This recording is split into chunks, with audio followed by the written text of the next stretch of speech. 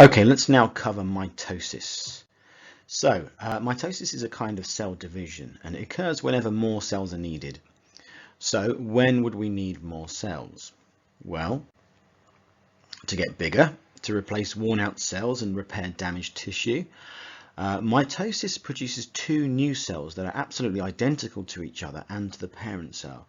So, for example, a skin cell will divide to produce two new identical skin cells, and this is how our skin continues to replenish itself throughout our lives. Now, single-celled organisms like this amoeba reproduce by mitosis, and they do that in producing clones.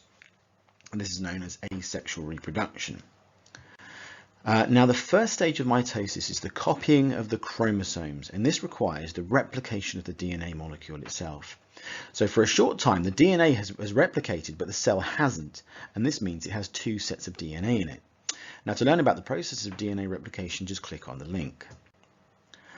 Stage 2, we have pairs of chromosomes, and they line up across the middle of the cell. They line up across the equator of the cell.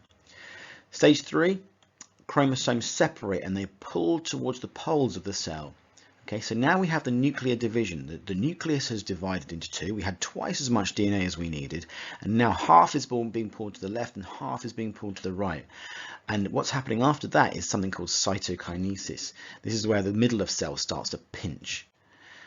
Stage 4, finally, the cells fully divide and begin to produce new cytoplasm, new mitochondria, ribosomes, and the rest of that really special cell machinery. Now, these new cells, as I said before, will be clones of the parent cell. Now, this is a karyotype. It's a diagram of all 23 pairs, so 46 chromosomes that are required to code for a full human being.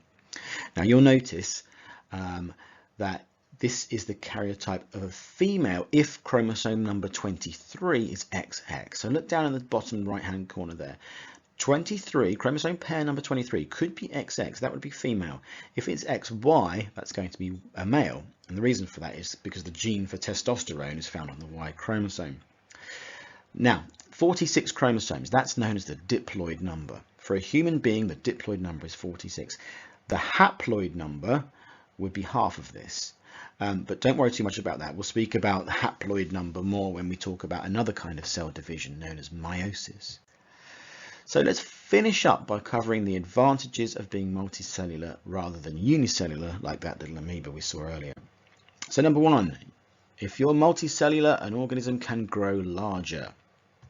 Number 2, cells can differentiate. Rather than being just a little blob, they can actually differentiate, like these nerve cells down the bottom here, specialized cells. Their form meets their function. You could have muscle cells, bone cells, nerve cells, specialized cells. 3, with specialized cells, the tissues can become specialized, the organs can become specialized, and we can have organ systems which make a hugely complex creature.